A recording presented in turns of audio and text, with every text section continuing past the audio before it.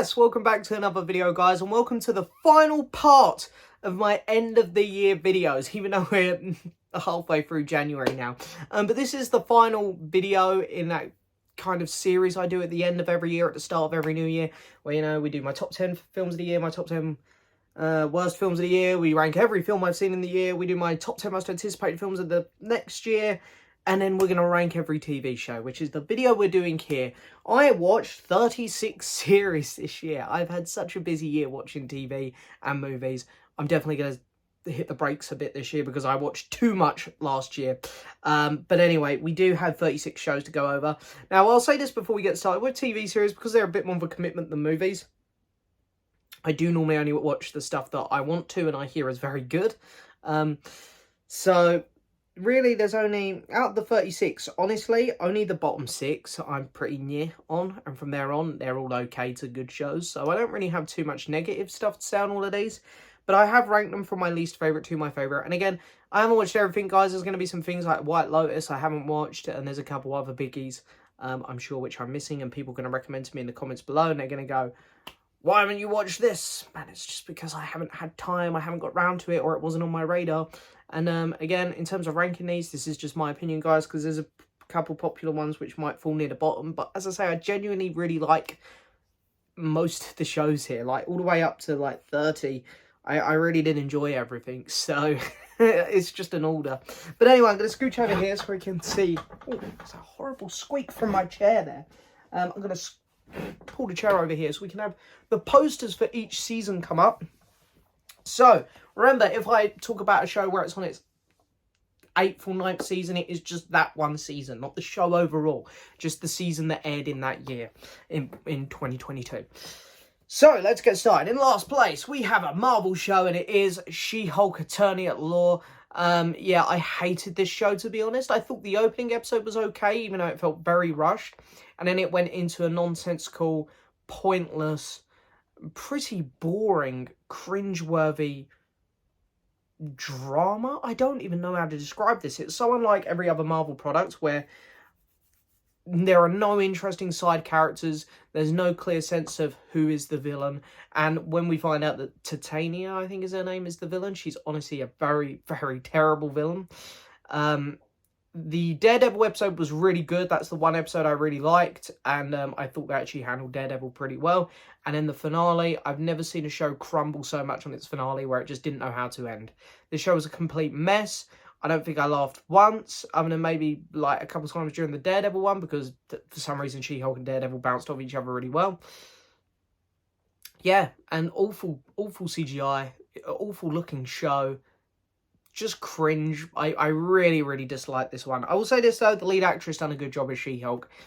So I kind of am looking forward to seeing She-Hulk again, just in other shows, because this show, I hope it never comes back. Then we have Space Force Season 2. This came out very early on in the year, and I hate that this is so low again, because both seasons, for me, I have not enjoyed. It's from the writers of The US Office, which is one of my favourite comedy shows ever, and Parks and Recreation, which I also really love. And, you know, they got Steve Carell returning here. There's so many other good actors in this, but this show just keeps falling short. And this was a shorter season. This was slightly better than season 1, but it just wasn't that funny. Again, I think the problem is the first season took too many jokes at Donald Trump and stuff. And now Donald Trump's no longer in office, it was able to find its feet a little bit more. I'm really hoping season 3 they do what Parks and Rec did and bring in a couple new characters which can re-energise the show and give it the life it needs. That's if it gets to season 3. I don't know if it's happening or not. But anyway, Space Force Season 2. Then in 34th, we have Ms. Marvel. Yeah, as you can see, the Marvel shows, other than one, really didn't captivate me too well this year. Ms. Marvel, it started and ended really well. I really liked the first episode. There's a lot of character to the style of this show in terms of lots of comic book drawings and stuff and like thought bubbles and whatnot. And then they forget about that after the first episode. So it's like the first episode had style and that's it. The finale was good because Ms. Marvel's finally in her suit and she's confident in using her powers. And Kamala Khan's a really cool character, and it was really cool to see her embrace herself in that final episode. But the middle 4 episodes are the most boring, filler stuff we've had in the MCU yet. Like, nothing interesting happens. It's kind of teen drama. She doesn't want to use her powers, and when she does, she always messes it up. And I know that characters shouldn't go straight into their powers, but it was just copy and paste throughout each of those episodes. The villain was dull, the side characters were dull, the relationships weren't believable. So, yeah, again, just another very rushed out Marvel product here. First episode, last episode were good, but the middle four, just so boring. Then in 33, we have the Santa Clauses. Well, I grew up with those original 3 Santa Claus films, so I kind of was excited for this. Plus, my mum's friend worked on the show. She'd done all their hair and makeup, so that was cool.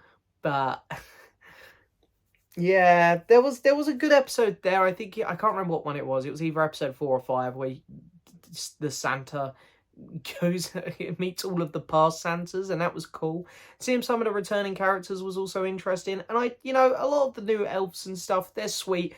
They're not, it's meant to be for very young children, this show, and for someone of my age it does come off a bit cringe, but it did remind me of the original films.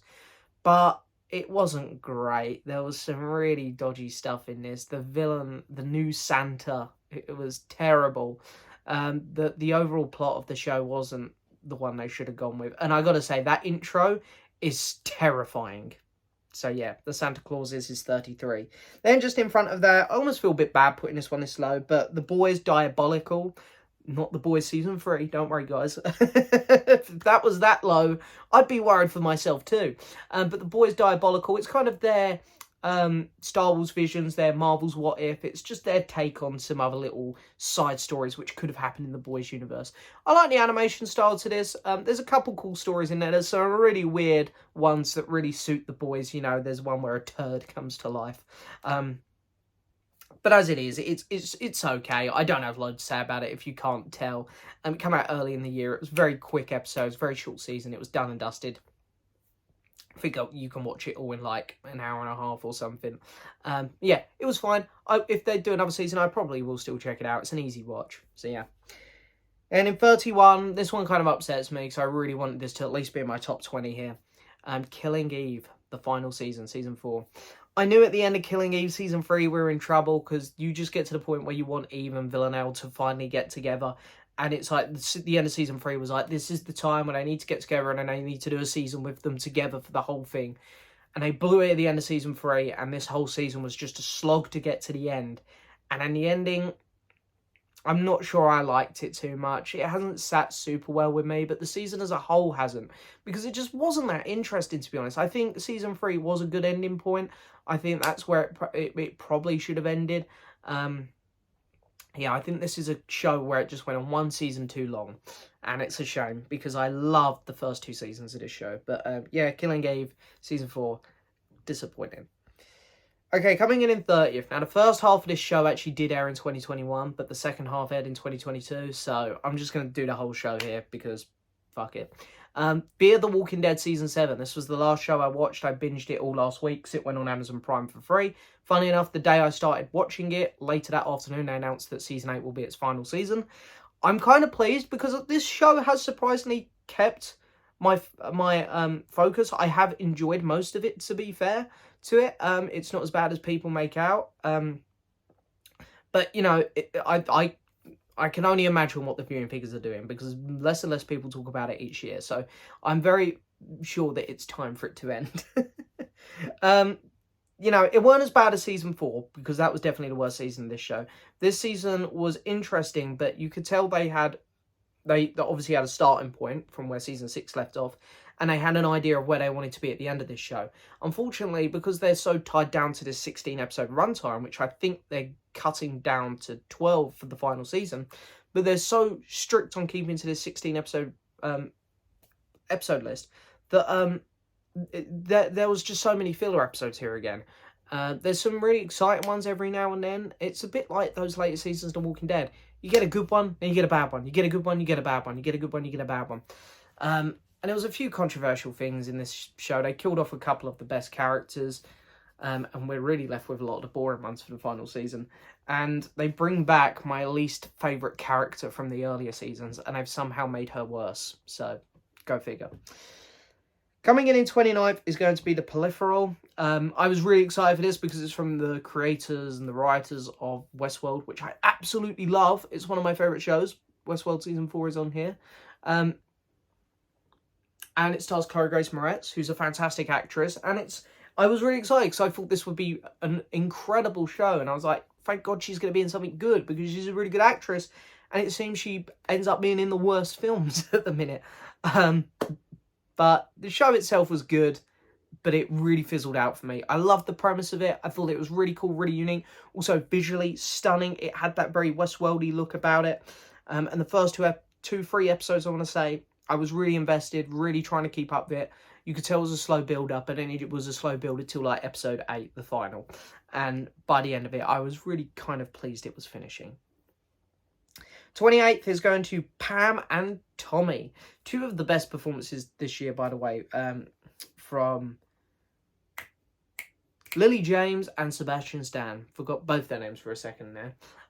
They were both absolutely fantastic in this. The transformation on both of them was incredible. Like Lily James, you actually just couldn't even recognise. Sebastian Stan was so good in this. He absolutely stole the show, I thought. But they were both just amazing in their own rights. I think the issue with this show is, because it started really strong, is that it was a couple episodes too long. And I think it would have worked better as like a 3-hour movie myself, maybe, if they just really compact it down. But Pam and Tommy was still a pretty good show overall. Quick drink. Definitely should have brought more drink up here with me. Next up, we have The Sandman in 27th, a show which took Netflix by storm, one of the two that took Netflix by storm this year. And it was a really good show. It was really entertaining. I thought it started a bit slow and ended a bit slow, but there's this whole middle section which was fantastic. There's a scene where a character walks into this American diner and he makes people just say what they're really thinking, and that episode blew me away. The one after it as well was also really good, where they go to hell, I think, something like that. Yeah, I have no idea about what the original source material for this is about, to be honest. I think it's based off comics, but, you know, I just went into this show completely open-minded and I loved it. I know people were moaning about a lot of stuff because they changed certain characters up. Like, I think in the comics, Constantine is a guy, and here it's Jenna Coleman playing him, but who cares, honestly. So I thought I had a good time. It didn't blow me away like some people, but I thought it was a good enough time. Then we have the final season ever, apparently, and this coming in 26th, of The Walking Dead. I really hope this would have been higher up because it was the final season. And I've been with The Walking Dead since season 2. I've been with this show a long time, which is why I'm still watching it. But the final season really felt like it ran out of steam, to be honest. And I think they should have ended it with the Whisperers. There was just a lot of characters separated, a lot more locations added, and I was just... Weekly, it wasn't good enough where I'd remember each week where certain characters were with each groups. There were characters like Negan, who randomly got married to another woman. I don't even remember when that happened or how that happened. And, you know, characters getting reunited, I didn't even realise had been reunited. I will say this, though, the actual final episode was pretty exciting, and I enjoyed that one. But to get there, it was a bit of a slog. But overall, I've probably been a bit kind here. It's the final season, so I'm throwing it a bit of a bone because it's been a special show for me. Coming in 25th is going to be Peacemaker. This is where we hit the point where some of these shows might seem a bit low. Genuinely, Peacemaker onwards, I had a fantastic time with this show. So from here on out, we're really just talking about stuff that I found really good. Because as I say, when it comes to TV, because there's such big commitments, I genuinely just watch the stuff that I find really interesting and really good. Peacemaker, James Gunn's Suicide Squad is my favourite thing in the DCEU. And Peacemaker was awesome, and they've taken his character and made him so much more interesting here. Obviously, with a show, you can do that more with a character because there's a lot more time to be spent with them. But his interaction with other characters, along with all of the new side characters, was brilliant. I thought the villains were great. I thought the visuals were fantastic. John Cena is becoming my favourite of one of those WWE wrestlers. Him and Dave Bautista are like right up there at the minute. I love them both. And this show also had one of the best intros of all time. Coming up next is going to be Cobra Kai Season 5. Now, I binge-watched Season 1 through 4 when Season 4 came out last year. Or right at the start of the year, maybe it was. I can't remember. But Cobra Kai Season 5...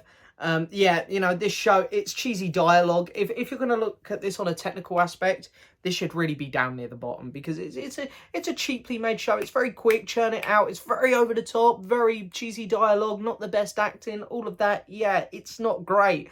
But in terms of pure fun entertainment, and you always want to know what's happening next because it is just so much fun, this show is great. It is so great in this weird way, and I love it. It's so unique, this show like that. Who would have thought that the Karate Kid could come back with a spin-off show like this? So yeah, I really enjoyed this show. I think it's super fun. Coming in 23 is going to be Only Murders in the Building. I always have a fun time with this. You know, Season 1 was very surprising, as was this. This has a really cool intro, by the way, and I love the music to it. And I think that, you know, all three of the main actors are doing a very solid job. And I really like the little cameo appearances that this show has, other than Amy Schumer, because I don't really like her. But other than that, yeah, there's a lot of solid stuff with this show. I think, again, there's maybe 1 or 2 episodes in there which it maybe stretched the show as a whole out a little bit too much, but overall it's a lot of fun. And did I guess the murderer for this one? I think I did. I think it was Season 1 I didn't guess the murderer, but I think this season I did get it. But yeah, it's a fun show, and I'm looking forward to seeing Season 3. Coming in 22nd, this is such a weird one. The Book of Boba Fett. Because this show has 3 of my favourite episodes of TV this year. The back 3 episodes are incredible. Like especially episode 6. Like, man, we get to see Grogu with Luke being trained. Ahsoka's there. You got Mando popping up again in his new Naboo starfighter with the Darksaber. What else you got in there? You know, Cad Bane, one of my favourite characters from Star Wars animation, makes his live action debut. And, you know, the episode before that was great, just seeing Mando travelling about.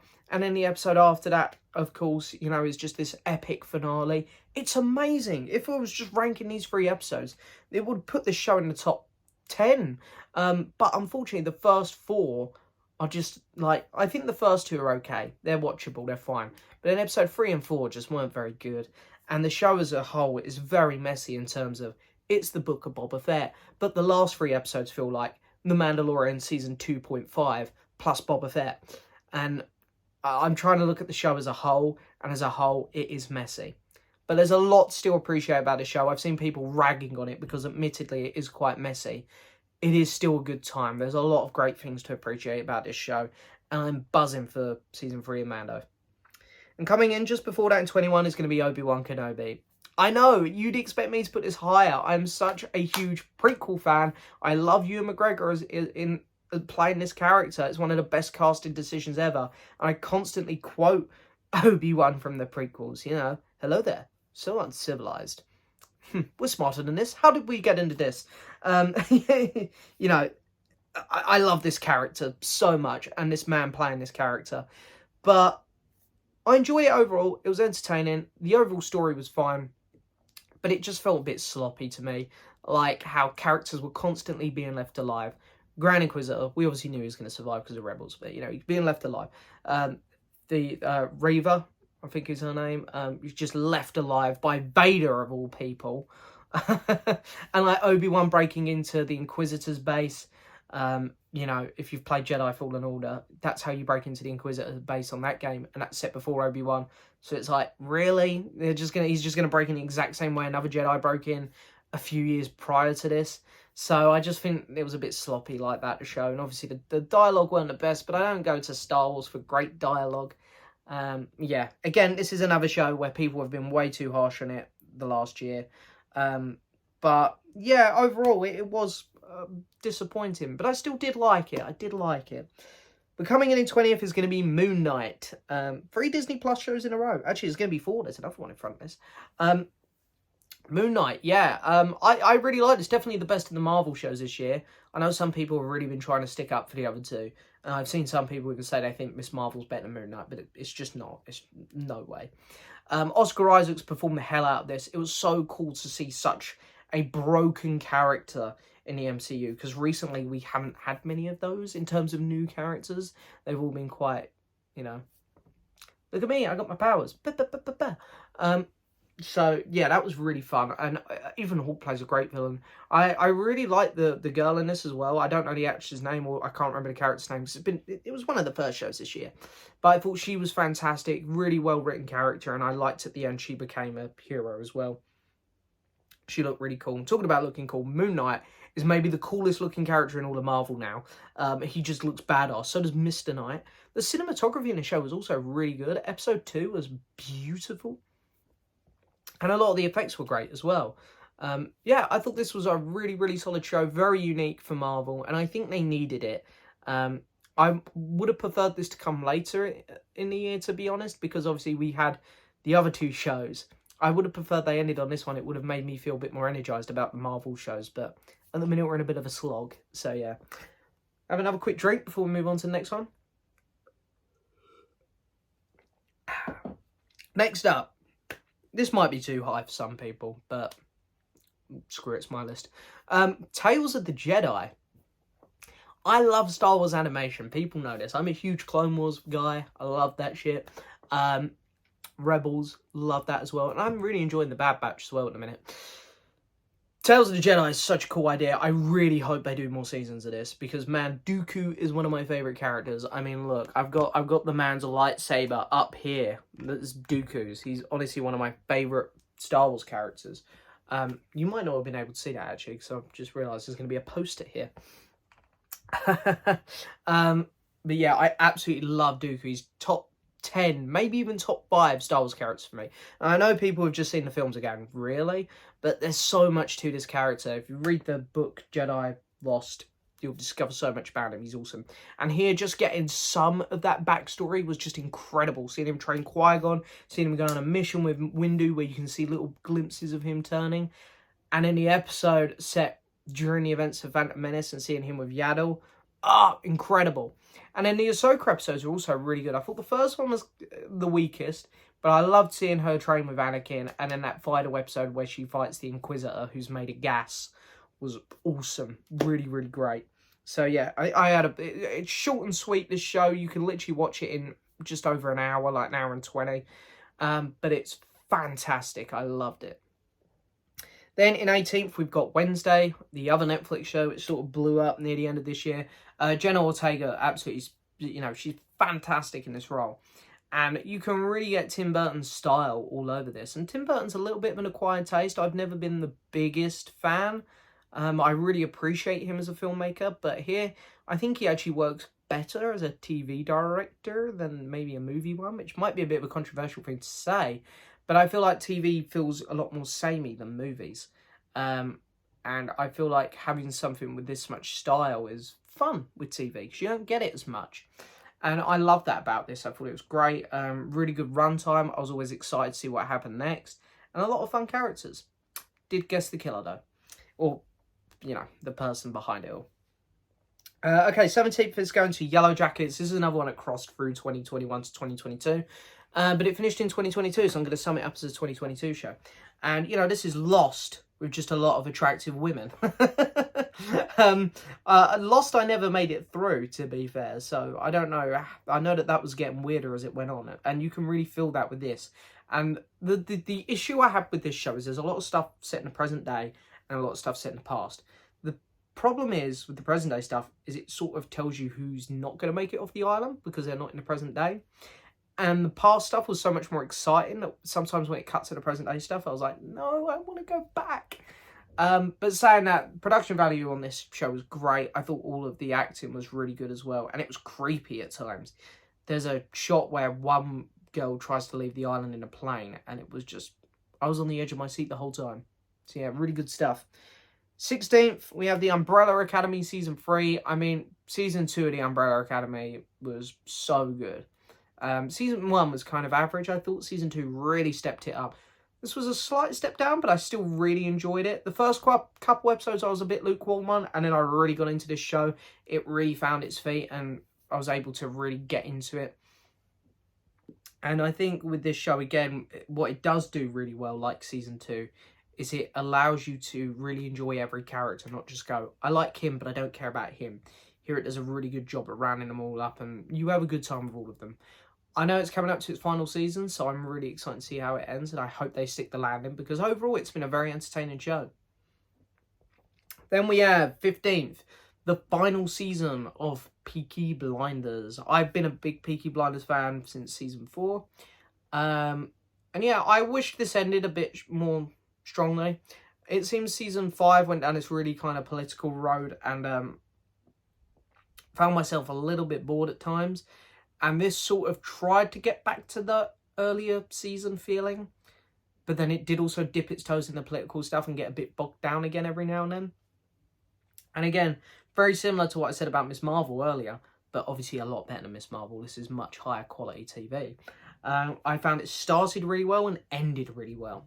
The middle section of this series wasn't as great as I wanted it to be, but I loved that first episode, and the last couple were also really entertaining.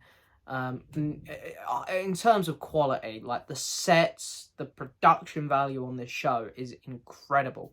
Cillian Murphy is just fantastic in this role, and I can't wait to see the movie. Okay, 14th is going to Afterlife. Ricky Gervais. Love this man, love this show. It's funny and so sad at the same time. I didn't know whether to laugh or cry half the time.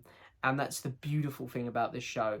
There's just so many reasons to love this show, and I think it's going to be one that I'm going to have to revisit every 5 years. And it's great now because I can watch all 3 seasons, and it has such a nice ending, this one. I love the final scene of it. Ricky Gervais is just an absolute genius. 13th is going to Euphoria Season 2. This is a really weird one. It's not as good as the first season overall, but I feel like this season has better standout episodes, but then it really bottled it in the finale.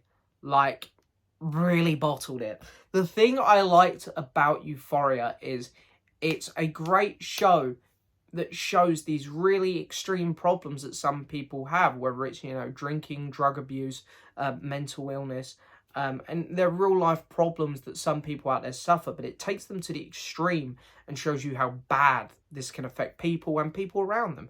And I love that. It sends a lot of good messages, and I think a lot of people who have some of these problems in real life could watch this show and find it to be quite a good coping mechanism. It might help them through some of their struggles.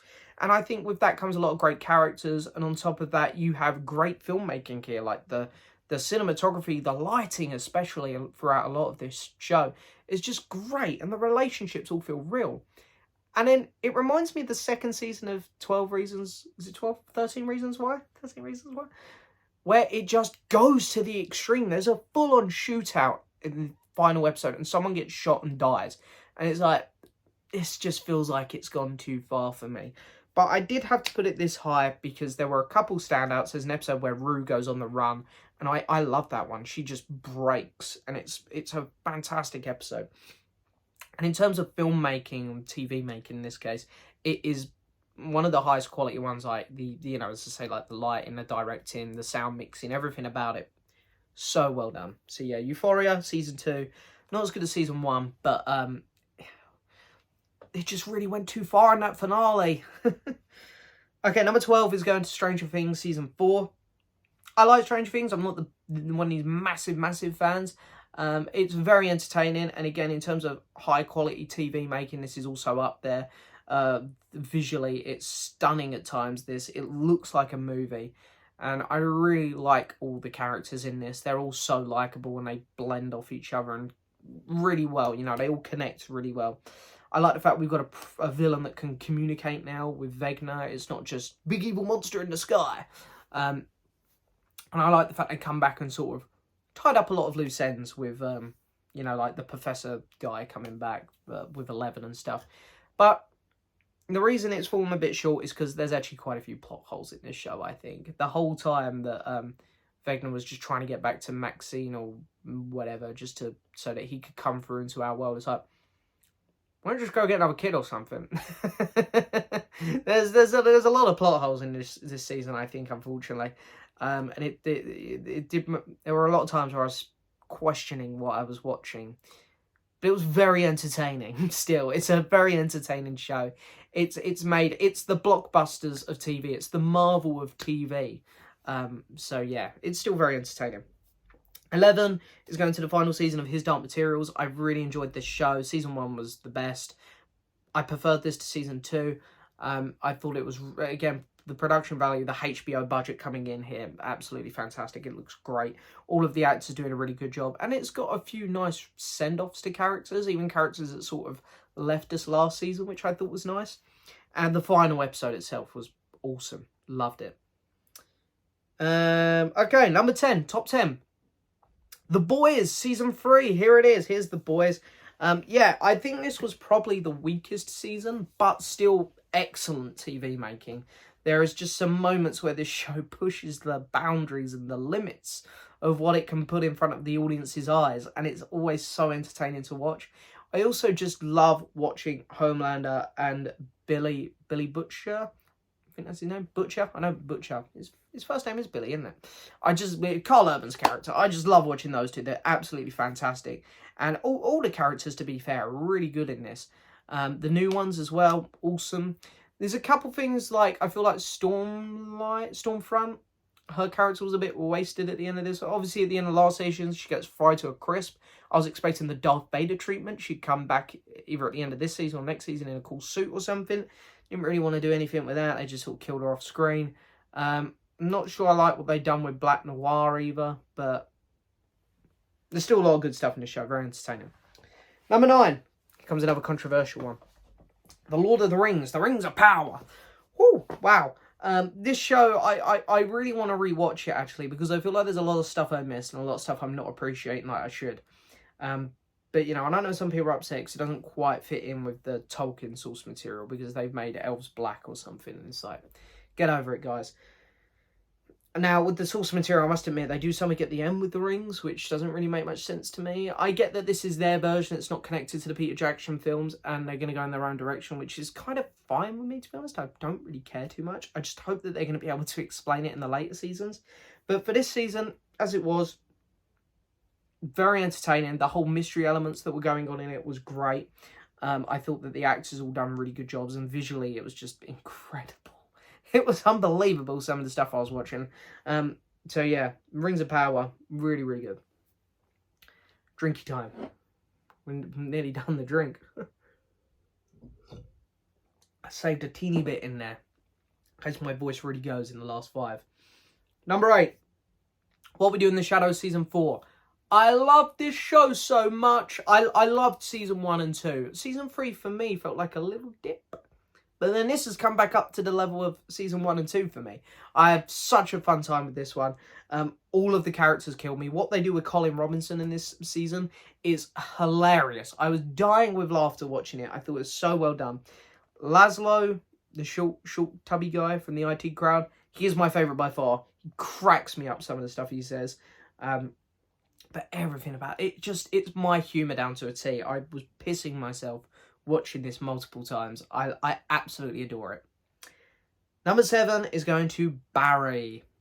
I really, really love this show. It's so uniquely, weirdly brilliant. My favourite character in this is still Hank, by far. He just kills me. I think it's Hank, the bald guy. So many names here, so many shows. Yeah, it's just such a fun show, and I think it's on the level of Season 1.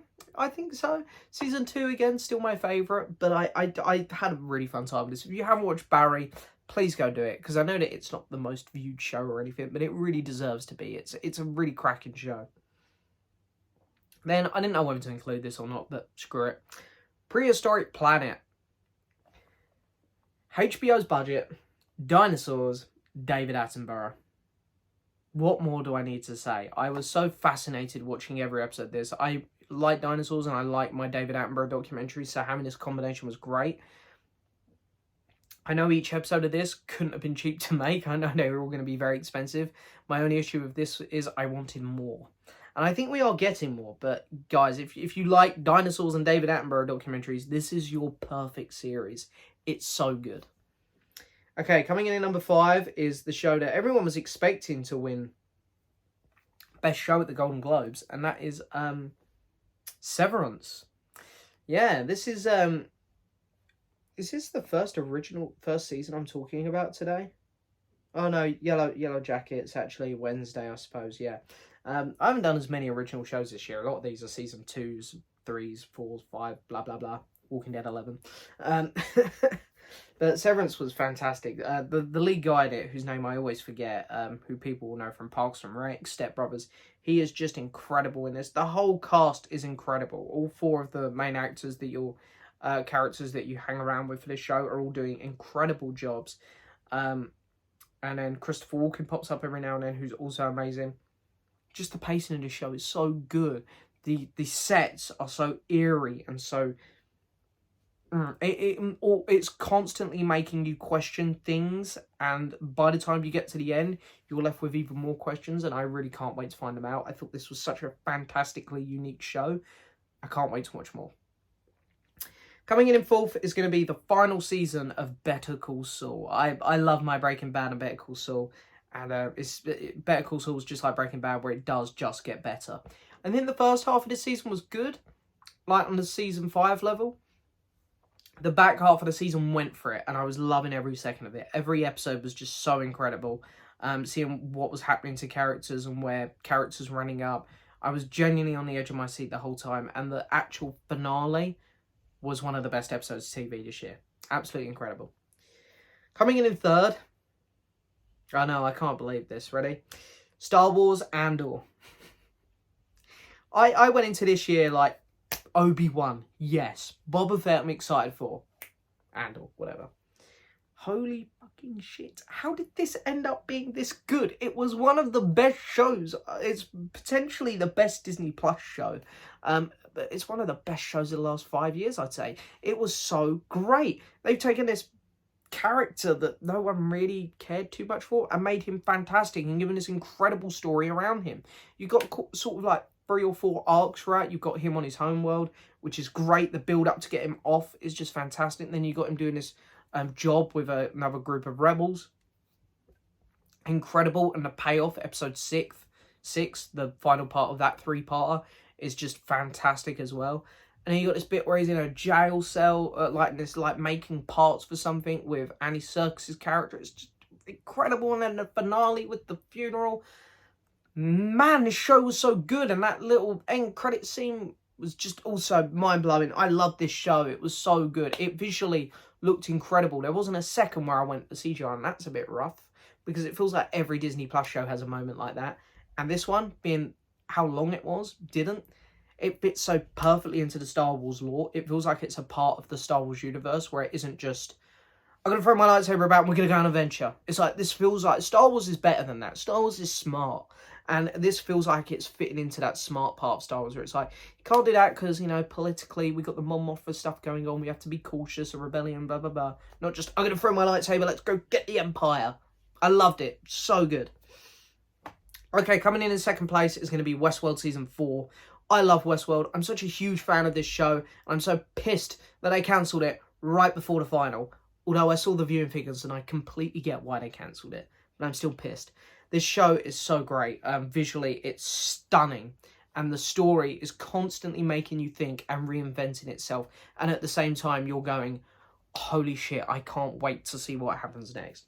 Westworld overall for me has been such an incredible show. I think it is the best first season I've ever seen for a show. And from there, I love how the show is constantly reinventing itself and, as I say, making you question things. And it has a great range of characters which are constantly just, they sort of flip sides and stuff with each season. And it's just so fascinating to watch where things go and how they ended up.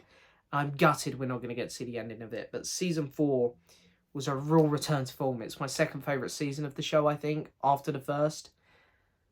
So yeah, big gutted on this one, but hey. Coming in 1st place, though, is going to be House of Dragon. It won the best show, so I'm right, obviously. I'm only joking. But yeah, I love Game of Thrones up till season 7. What a return to form for the show. It was just brilliant. This world is so great how it has these awesome action battles, but it also is very grounded in, you know, houses stand all to houses and blah, blah, blah, blah, blah. And I love it. It feels very realistic, but then at the same time will lose you in a battle sequence where there's a dragon. And I love that about the show. It's very well written. It's very clever. And again, the production value in terms of the sets and stuff were awesome. The dialogue is great. The acting's great. There isn't an inch of fat on the show. How the guy who plays the king didn't get a nomination for that episode where he sort of, you know, gets ill. I'll say that. I'm trying not to spoil stuff. Is unbelievable. This show is so good. I haven't heard anyone say a bad thing about it. I think it is genuinely brilliant, and I can't wait for season 2. But there we go. Oh, 40 minutes in. Oh, we've finished, and that is it. That's it. That's the end of my end of the year videos. Wow, we done it. I'll see you in 2024, guys. I'm joking. I'll be doing more videos throughout this year, unfortunately. I'm sorry. But yeah, there we go. I hope you guys have enjoyed. It's been a long video, so thank you for sticking with me if you have. I hope you've enjoyed this video. I hope you've enjoyed this little series of end of the year videos. And yeah, I know what questions are going to come up now, so I'm going to quickly answer it now before I end the video. At the start of every year, normally in January, I do a complete Blu-ray collection, and I know people are going to start commenting, where's that video? I will do it near the end of February. It will be coming, but after all of these long videos, I'm going to go back to making some shorter ones for a bit. I'm also on holiday in France, skiing next week. So there'll be a week without videos there anyway. But the complete Blu-ray collection 5, I think it is. That means I've been doing this for 5 years now. It will be coming near the back end of February. So yeah, look forward to it. Thank you so much for watching as always, guys. Don't forget to hit that subscribe button. Like the video, leave a message. And as always, I'll see you next time for another video. Bye-bye.